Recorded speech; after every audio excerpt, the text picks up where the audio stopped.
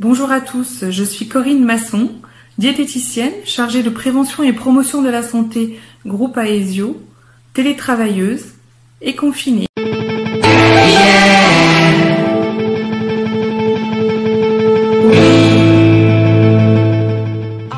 Pour certains, confinement rime avec grignotage.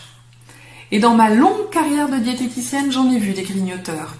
Alors il y a ceux qui vont grignoter parce que les placards sont prêts et que c'est facile de se servir. Ceux qui vont grignoter parce qu'ils voient les autres le faire et c'est bien humain.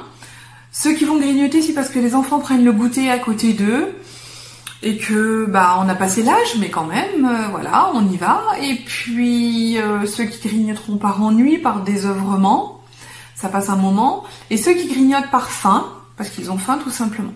Donc on le voit ici, l'acte de manger est un acte assez complexe qui met en œuvre à la fois le corps et ses besoins, et puis le cerveau, les émotions, etc. Le problème, c'est que grignoter en période de confinement avec une activité physique restreinte risque de faire prendre du poids, une prise de poids qui n'est pas forcément désirée pour la santé, pour notre bien-être moral et physique.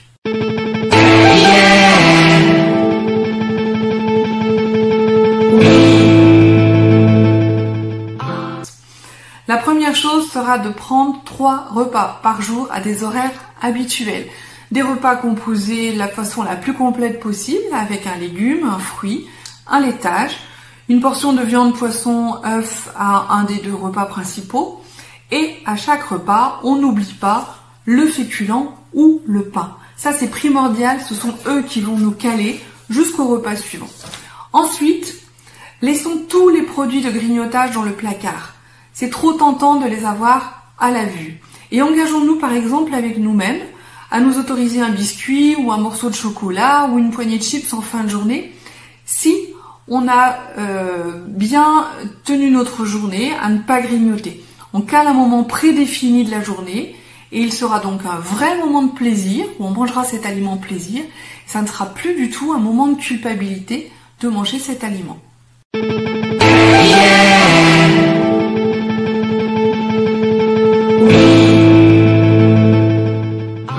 Partager ce moment avec eux, mais il faut se rappeler que en fait un gâteau pour les enfants c'est pas mieux qu'un gâteau pour nous. Donc on peut simplement se dire qu'on peut faire un atelier cuisine ou 2 par semaine, fabriquer un gâteau ensemble, ça sera un moment de partage, de convivialité, de transmission des recettes. Et les autres goûters de la semaine, c'est un laitage, c'est un fruit, et puis voilà, ça sera bien pour tout le monde. Et enfin, pour tous ceux qui ressentent un peu le grignotage comme un appel du placard, une espèce de pulsion, comme un gâteau qui nous appellerait, ça m'arrive déjà, mais des fois, mais c'est un secret, ne pas le dire, eh bien, toujours se demander si c'est plutôt une envie ou si c'est de la faim.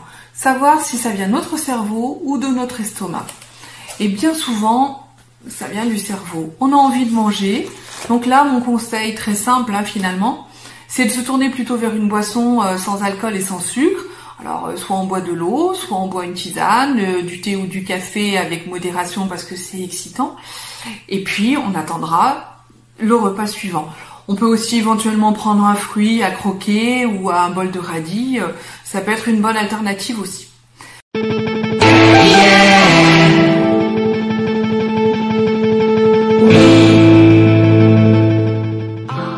Enfin, comme souvent, il faut penser à bien structurer ses journées en alternant des périodes, des temps d'activité comme le travail, le ménage, les jeux, les activités physiques et puis les périodes de repos. À tous, je souhaite ce temps de confinement le plus agréable possible.